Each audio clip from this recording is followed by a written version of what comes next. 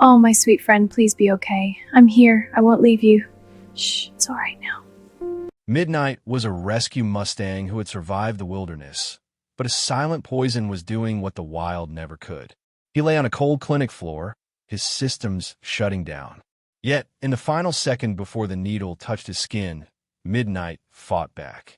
That tiny flicker of resistance caught the vet's eye and turned a funeral into the most frantic medical battle the clinic had ever seen. The veterinary clinic felt different that morning. The usual sounds of neighing and the rhythmic clatter of hooves were absent, replaced by an eerie silence that seemed to press against the walls. In the large examination room, the air hung heavy with grief, every breath feeling like borrowed time. Judy sat on the floor beside her beloved Mustang, Midnight, her arms wrapped around his neck, tears streaming down her face and disappearing into his jet-black coat. His once powerful body lay still, his breathing shallow and labored, each rise and fall of his chest a struggle against an invisible enemy. Larry knelt beside them, one hand on Judy's trembling shoulder, the other resting on Midnight's flank, feeling the faint warmth that seemed to be slipping away with each passing moment. They had tried everything. Emergency vet visits in the middle of the night, expensive medications, consultations with specialists, desperate prayers whispered into Midnight's ears during the darkest hours. But nothing had worked. The 3-year-old Mustang, who had once run like thunder across their pasture, now lay motionless, his spirit seemingly broken. Dr. Russell Nash stood near the examination table, his weathered hands clasped in front of him, his eyes carrying the weight of too many goodbyes. He had been a veterinarian for 27 years, and this part never got easier. Jennifer, his assistant, stood quietly in the corner, her eyes glistening as she watched the heartbreaking scene unfold. She had prepared the necessary equipment, but her hands moved slowly, as if hoping that time might somehow reverse itself. "I'm so sorry," Dr. Nash said gently, his voice barely above a whisper. "We've run every test, tried every treatment. His systems are shutting down. The kindest thing we can do now is let him go peacefully." Judy's body shook with sobs.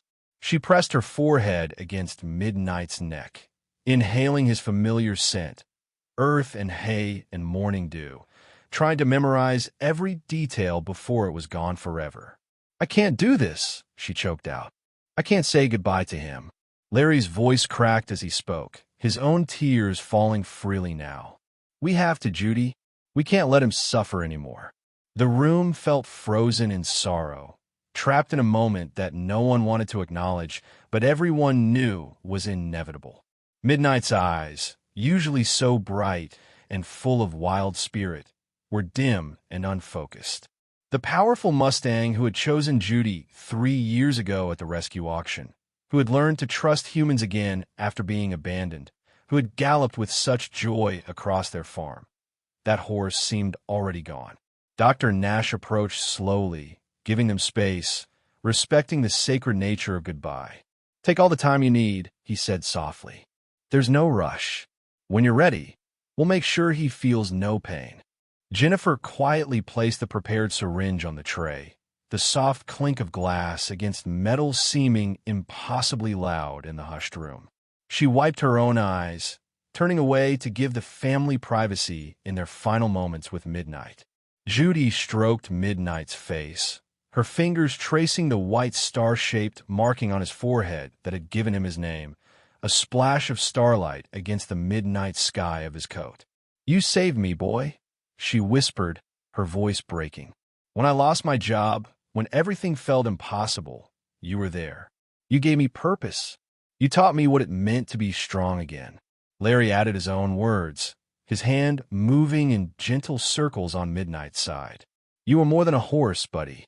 You were family, the best friend we ever had." Then something extraordinary happened. With what appeared to be his very last reserve of strength, Midnight stirred. His head, which had been lying flat against the cold floor, lifted slightly, a movement so small it was almost imperceptible.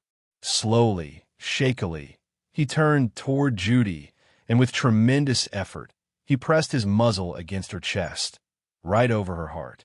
His nostrils flared as he took in her scent, and for just a moment, his ears flickered forward, a ghost of the alert, curious horse he had been. It wasn't much, but it was everything. It was connection. It was recognition. It was love speaking in the only language Midnight had left. Judy's arms encircled his massive head, cradling him as fresh tears poured down her face. "I love you," she sobbed. "I love you so much. Thank you for everything. Thank you for choosing me." Even Jennifer had to look away, her professional composure crumbling at the raw emotion filling the room. Dr. Nash himself felt his throat tighten, moved by the profound bond between this woman and her horse. The moment stretched, suspended in time, a final gift of connection before the inevitable end. It was supposed to be goodbye.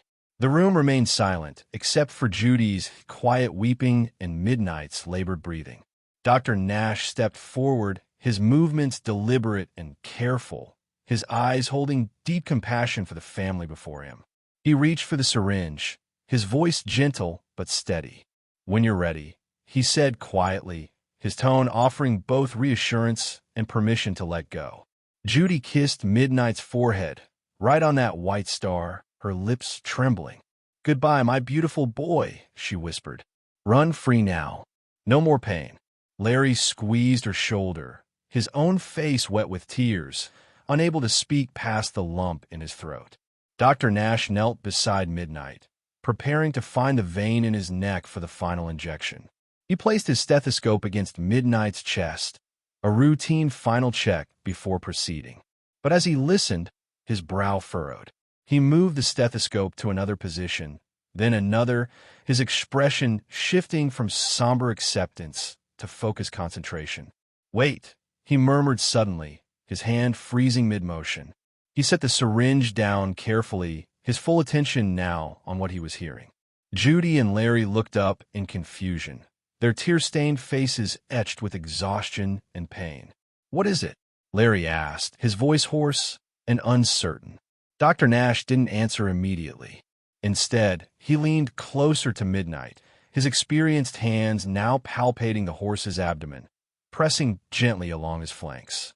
His eyes narrowed, and he lifted one of Midnight's eyelids, peering intently at the pupil and the surrounding tissue. Then he leaned down, close to Midnight's muzzle, and inhaled deeply. His head snapped back, his eyes widening with sudden recognition. "Jennifer," he said sharply, his calm demeanor replaced by urgent intensity. "I need the emergency toxicology kit. Now, and prepare activated charcoal suspension, 5 gallons. Move." Jennifer jerked into action, confusion and hope warring on her face as she rushed to the supply cabinet. Judy's heart hammered in her chest. "Dr. Nash, what are you saying?" Her voice trembled, afraid to hope, terrified of having that hope crushed. The veterinarian's voice was low but carried an unmistakable edge of discovery. "I'm smelling something on his breath. Something bitter, almost almond-like. And look here." He lifted Midnight's upper lip, revealing his gums. "See these small blisters along the gum line? And the mucous membranes in his nostrils. They're inflamed, chemically irritated." He sat back on his heels, his mind racing through possibilities, cross-referencing symptoms with decades of experience. His heart rate is erratic, yes, but it's not the rhythm of organ failure. It's the pattern of acute toxin response. His pupils are dilated unevenly. His body temperature has been spiking and dropping. These aren't end-of-life symptoms. Larry's voice cracked with desperate confusion. "What are you saying?" Dr. Nash looked up at them, his eyes intense with purpose. "This doesn't look like natural decline or disease. This looks like poisoning, severe poisoning. And if I'm right, we might still have time to save him." The words hit Judy like an electric shock. Her hands, which had been limp with despair, suddenly clutched Midnight's mane. "Poisoning?" she gasped. "How? From what?" "I don't know yet," Dr. Nash said, already moving into action. "But we need to act fast. Jennifer, get that charcoal ready. We need to bind whatever toxin is in his system before it causes irreversible damage." The quiet grief that had filled the room shattered instantly, replaced by frantic, desperate energy. Jennifer returned with supplies, her hands shaking slightly as she set up equipment. Charcoal suspension ready, doctor. For catheter. Yes, large bore. We need aggressive fluid therapy to flush his system. And give me the atropine, if this is what I think it is. We need to counteract the cardiac effects immediately. Judy's mind reeled, unable to process the sudden shift from goodbye to fight. Please, she begged, her voice raw with emotion. Please save him. Whatever it takes. Whatever it costs. Dr. Nash gave a firm, determined nod, already focused on the battle ahead. We're going to do everything we can. But I need information. Where does Midnight graze? Has anything changed in his environment? New plants? New feed? Construction near the pasture?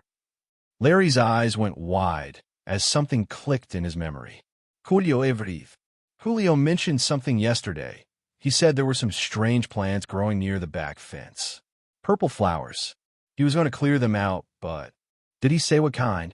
Dr. Nash demanded, his hands working swiftly to insert an forecatheter into Midnight's jugular vein. No, just that they'd grown up after the rain last week. He'd never seen them on the property before. Dr. Nash's jaw tightened. Purple flowers. Bitter smell. Rapid onset of neurological and cardiac symptoms. He looked at Jennifer. I think we're dealing with hemlock or possibly oleander. Both are deadly to horses, but both are treatable if we act fast enough. Machines hummed to life around them. The foredrip began flowing, clear fluids entering Midnight's bloodstream. Jennifer carefully positioned a nasogastric tube, preparing to administer the activated charcoal that would bind to the toxins in Midnight's gut and prevent further absorption. Monitors beeped, displaying Midnight's vital signs: erratic, dangerous, but fighting. The heart rate jumped and stuttered across the screen, each spike and valley a testament to the poison wreaking havoc in his system. But beneath the chaos, there was something else: resistance. Midnight's body was fighting back. Dr. Nash worked with the precision of a surgeon and the intensity of a warrior. His body's trying to metabolize the toxin, but it's overwhelming his system. We need to support his organs while we purge the poison. He adjusted medication dosages, his eyes never leaving the monitors. Come on, Midnight. You're a Mustang. You're built to survive. Show me that wild heart. Judy and Larry stood pressed against the observation window, watching every movement, every flicker of the monitors, hardly daring to breathe. Judy's hands were clasped so tightly her knuckles had gone white. Fight, baby, she whispered, her voice barely audible. Please fight. Minutes felt like hours. The charcoal suspension was administered through the tube, the black liquid designed to absorb the poison before it could cause more damage. Additional medications followed: atropine to stabilize the heart, anti-inflammatory drugs to reduce tissue damage, vitamin K to counteract bleeding if the toxin was affecting clotting. Dr. Nash's forehead glistened with sweat as he monitored every response, adjusting treatment protocols on the fly. His heart rate is stabilizing slightly, he reported, his voice cautious but no longer dire. The atropine is working. Jennifer increased the foreflow rate. We need to flush his kidneys, keep them from shutting down. Increasing to maximum safe rate, Jennifer confirmed, her own tension evident in the tightness around her eyes. Midnight's body shuddered, a tremor running through his muscles as the treatments began taking effect. His breathing, though still labored, seemed marginally less strained. One ear flickered, just barely, responding to Judy's voice from beyond the glass. Is he? Larry couldn't finish the question, too afraid of the answer. Dr. Nash glanced at the monitors, then at Midnight, then back at the couple. We're not out of danger yet. The next few hours are critical. His body is fighting the toxin, and we're giving him every advantage we can. But ultimately, he paused, his honesty tempered with compassion. Ultimately, it's up to him. We've done everything medically possible. Now we wait and see if his body can overcome this. The weight of those words settled over the room like a heavy blanket. Can I? Judy's voice broke. Can I be with him? Dr. Nash considered for a moment, then nodded. Yes, but carefully. Don't interfere with the equipment. Judy moved to Midnight's side, kneeling on the floor beside his massive head. She placed her hand gently on his cheek, feeling the warmth of his skin, the soft velvet of his muzzle. I'm here, Midnight, she whispered. I'm right here. You're not alone. You're never alone. And so began the longest wait of their lives. The hours crawled by with agonizing slowness. The clinic had settled into a strange rhythm. The steady beep of monitors, the quiet hum of medical equipment, the occasional soft footsteps of Jennifer checking readings. Outside the examination room, the world continued its normal pace, but inside, time seemed suspended in amber, thick and slow and suffocating. Judy never left Midnight's side. She sat on the cold floor, her back against the wall, one hand constantly in contact with her horse, sometimes on his neck, sometimes stroking his mane, sometimes just resting on his shoulder, maintaining that vital connection. Larry brought her coffee that went cold untouched. He paced, unable to sit still, his mind racing with guilt and what-ifs. I should have checked the property more carefully, he said for the 10th time, his voice hollow. I should have walked the fence line after that storm. I should have. Stop, Judy said quietly, not looking away from Midnight. We didn't know. We couldn't have known. Dr. Nash appeared periodically, checking the monitors, adjusting medications, assessing Midnight's condition with the careful eye of someone who had seen both miracles and tragedies. Each time, Judy searched his face for signs of hope or despair, but the veterinarian maintained his professional composure, giving them facts without false promises. His kidney function is holding steady, he reported during one check. That's good. The charcoal is doing its job, binding the remaining toxin. His heart rhythm is still irregular, but it's improving incrementally. But will he make it? Larry asked bluntly, unable to bear the uncertainty. Dr. Nash met his eyes with steady honesty. I don't know. I've seen horses survive worse poisonings, and I've lost horses with less severe exposure. Midnight is young and strong, which works in his favor. But the toxin load was significant. We're doing everything right medically. The rest is up to him and factors beyond our control. As afternoon faded into evening, the clinic grew quieter. Jennifer finished her scheduled shift, but refused to leave, staying to monitor Midnight's progress. I'm seeing this through, she said firmly when Dr. Nash suggested she go home. That horse fought too hard for me to leave now. Julio arrived just before sunset, his weathered face creased with worry and guilt. He carried a plastic bag containing samples of the purple-flowered plants he'd found near the back fence. Dr. Nash, he said, his accented voice thick with emotion, I brought the plants. I should have removed them sooner. I should have known they were dangerous. Dr. Nash examined the specimens carefully, his expression grim. Hemlock, he confirmed. Coney immaculatum. Highly toxic to horses. You couldn't have known. Julio. These plants can spring up overnight after heavy rain, especially in disturbed soil near fence lines. Julio approached the observation window, looking in at Midnight's still form. Tears streamed down his weathered cheeks. I am so sorry, Miss Judy, Mr. Larry. So very sorry. Judy looked up at him, her own face ravaged by hours of crying. It's not your fault, Julio. None of us knew. We just have to hope he's strong enough to pull through. As darkness fell outside, the clinic transformed into an island of fluorescent light in the night. The monitors continued their steady beeping, the numbers fluctuating but gradually, almost imperceptibly, trending in the right direction. Midnight's breathing became marginally less labored. The tremors that had periodically shaken his body became less frequent. Dr. Nash administered another round of supportive medications, his movements betraying his own exhaustion. His temperature is normalizing, he said, and for the first time, there was a hint of cautious optimism in his voice. That's a very good sign. It means his body is regaining regulatory function. Judy's heart leaped. Does that mean? It means he's fighting, Dr. Nash said carefully. And right now, he's winning. But we're not clear yet.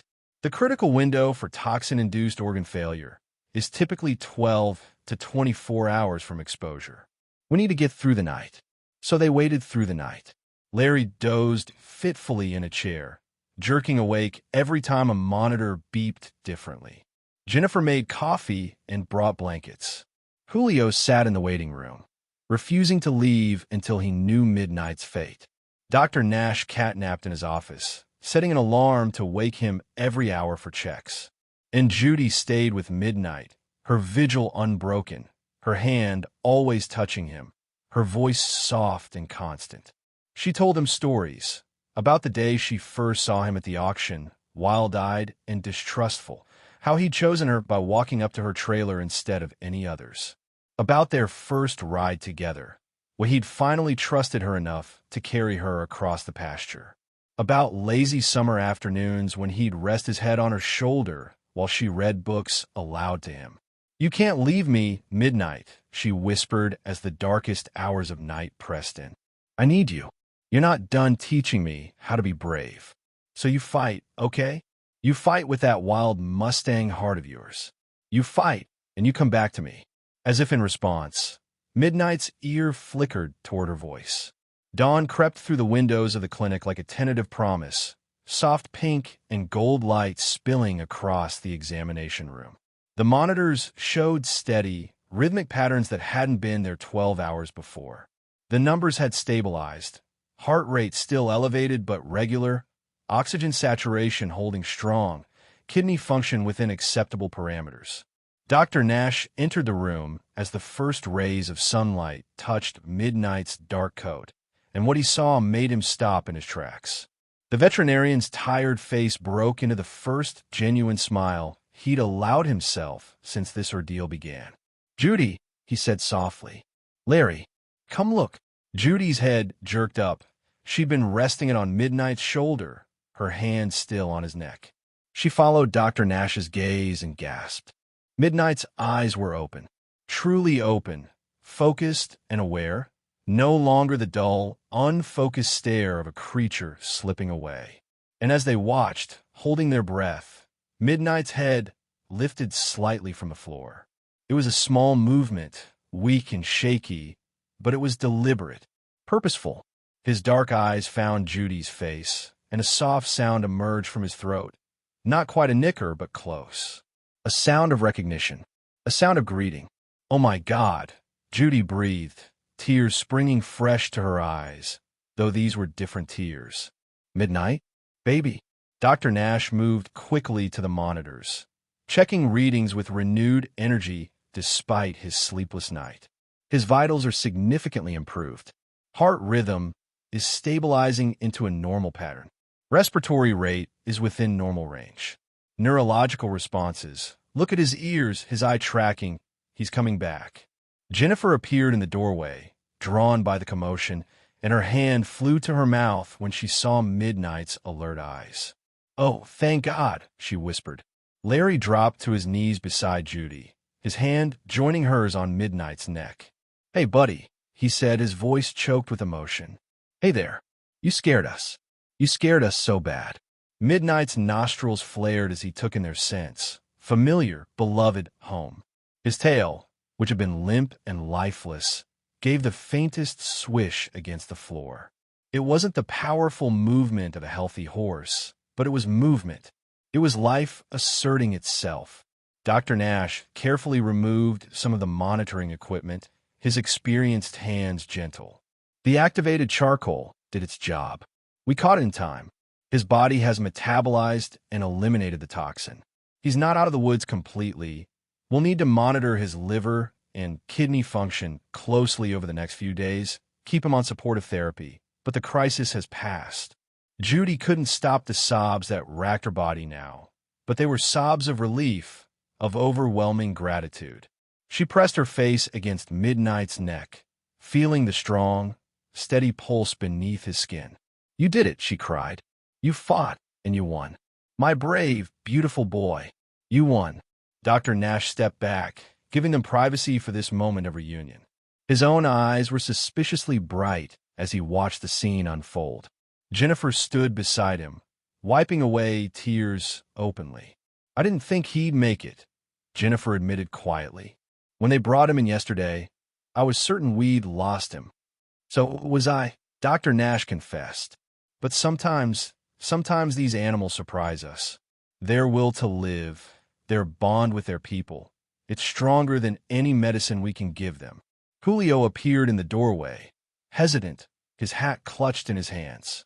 When he saw Midnight's open eyes, his weathered face crumpled with relief. Dios mío, he breathed. He lives. He truly lives. Larry stood and walked to Julio, pulling the older man into an embrace. He's going to be okay, Julio. He's going to make it. Over the next hour, Midnight grew progressively stronger. With Dr. Nash's careful supervision, they helped him shift position, easing the strain on his muscles. He managed to lift his head fully, looking around the room with growing awareness. When Jennifer brought a small amount of water, he drank tentatively, his throat working to swallow. Small amounts only, Dr. Nash cautioned. We'll gradually reintroduce food and water over the next 24 hours. His digestive system has been through trauma. But Midnight was responsive, alert, and most importantly, he was present. The light had returned to his eyes, that spark of wild spirit that had first drawn Judy to him 3 years ago. As morning progressed, Dr. Nash explained what would happen next. He'll need to stay here for at least 3 more days for observation and continued treatment. We'll run daily blood work to monitor organ function. He'll be on a strict diet and medication regimen. And when he goes home, he'll need weeks of careful recovery. No riding, limited exercise, gradual reintroduction to normal activity. Anything, Judy said immediately. Whatever he needs, whatever it takes. Dr. Nash smiled. I know. I can see how much he means to you. And I think he knows it too. That bond you share, I genuinely believe it helped him fight. When you're talking to him through the night, his vitals would stabilize.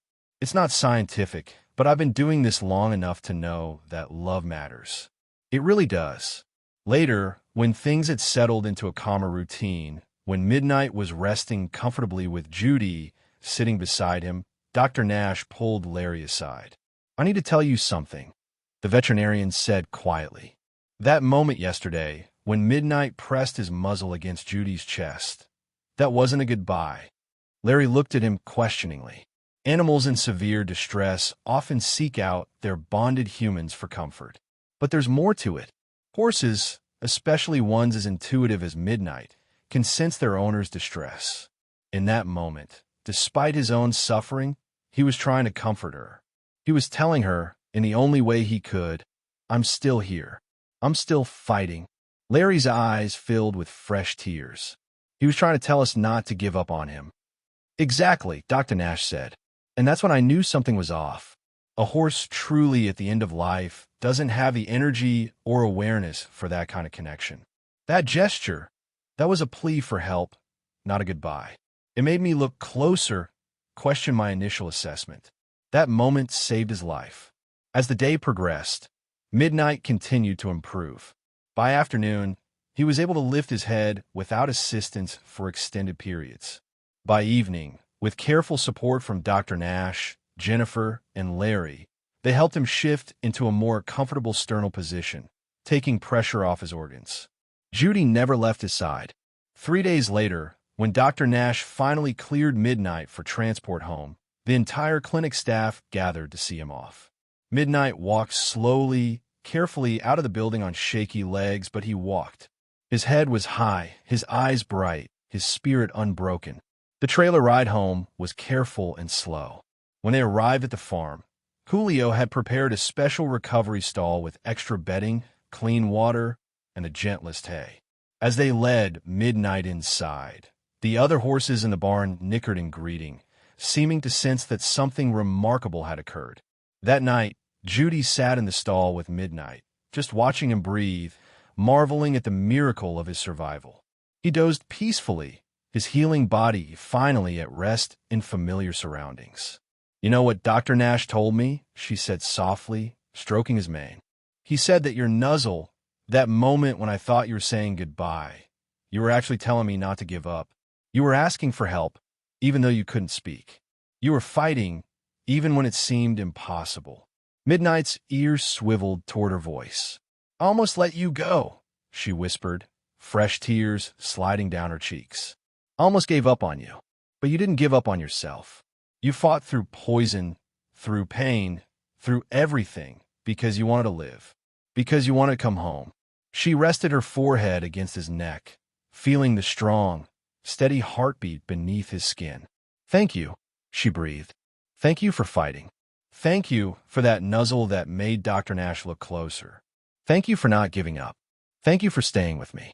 In response, Midnight turned his head and gently rested his muzzle on her shoulder, in the same gesture that had nearly been their last goodbye. But this time, it wasn't an ending. It was a promise that they would face whatever came together. A promise that love and trust and determination could overcome even the darkest moments. A promise that some bonds are strong enough to pull us back from the edge of forever. Judy wrapped her arms around Midnight's neck and held on, grateful beyond words for the second chance they'd been given, for the strange twist of fate that had made Dr. Nash pause and look closer, for the poison that had almost taken Midnight, but instead had revealed the depth of his will to survive. Outside the stall, Larry stood watching, his own heart full. Julio stood beside him, his hat still in his hands. "That is one strong horse," Julio said quietly. "That's one strong family," Larry corrected. All three of them, Judy, Midnight, and the vet who refused to give up. In the weeks that followed, Midnight recovered fully. The toxic plants were removed from every corner of the property. Dr. Nash became not just their veterinarian, but a trusted friend. And every time Judy looked at Midnight, every time she ran her hand along his neck or saw him gallop across the pasture with his old joy and freedom, she remembered. She remembered that what seemed like an ending had been a beginning. That what looked like goodbye had been a plea for one more chance. That sometimes the darkest moments are just before the dawn. And she remembered that love, true, deep, unshakable love, has a language all its own. A language spoken not in words, but in nuzzles and heartbeats and the fierce determination to hold on, even when letting go seems like the only option. Midnight had spoken that language while he pressed his muzzle to her heart, and Dr. Nash had been wise enough to listen. If Midnight's story touched your heart, let us know in the comments where you're watching from. Stories like this connect people from all over the world, and we'd love to see how far this one reaches. And if you enjoyed the story, don't forget to subscribe for more real, powerful stories of hope, love, and second chances. Thank you for being part of this journey.